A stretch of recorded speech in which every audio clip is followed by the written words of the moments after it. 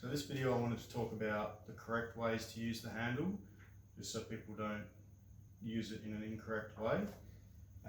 So I designed this purely for arm wrestling training, and I designed it to try to replicate the pressures you would get in an arm wrestling match. So wasn't designed to really be a handle where you do one movement.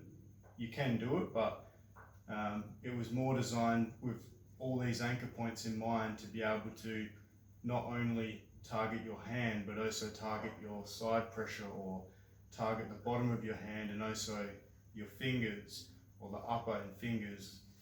So when you're using it, you really have to try to think of the pressures that you get put under when you're in a position, and try to replicate that with all the different anchor points. I wouldn't recommend putting more than 50 kilos on these outside anchor points, which 50 kilos is actually quite a lot when you do use it in the correct way. Because if you had 50 kilos coming from this side and 50 kilos pulling down, all of a sudden, because the pressures are doing all different angles, it becomes very, very difficult. If you wanted to do more than 50, you can. It just means I would recommend that you, instead of just having your strap run straight through the eyes, you actually make it go through. So the first anchor point is this close one. So basically make sure that you have it running through here first before you go through the outside one, so that way the force is being put more through this one than through the long one. So I'll set it up and just show you. So I won't do both of them because they're both the same, but basically you would want to set it up like that.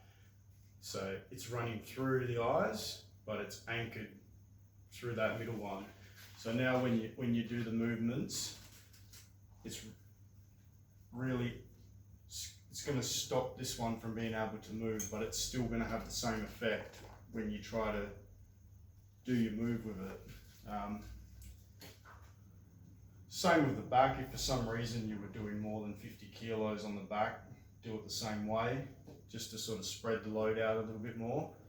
Same with if you wanted to do stuff that was just straight side pressure, where you're not targeting your arm, your hand, you just wanted to target your arm.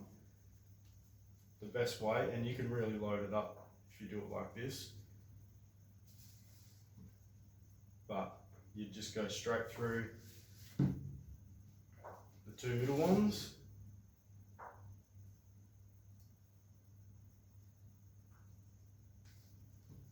So you have it running across the back of the hand, so that way that load is getting spread out over the whole thing, and you're basically just using these as guides.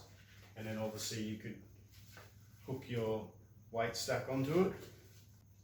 I like to make a little loop with it, so just make a loop and then pull it back through. So then you've got a loop that's going to tighten. So when you put your bands on it, or your weight stack, or whatever you want to do, that will stop it from sliding on you too much. So now when you do your movements, if you just were doing straight side arm, this will let you really load it up a lot. And again, if you wanted to really do heavy stuff with it, I would recommend even using two of these. So feed another one through and have two hooked up, just so you don't have to worry about a strap breaking or anything like that. So yeah, basically I just wanted to make this video just so people don't go and load up these outside eyes.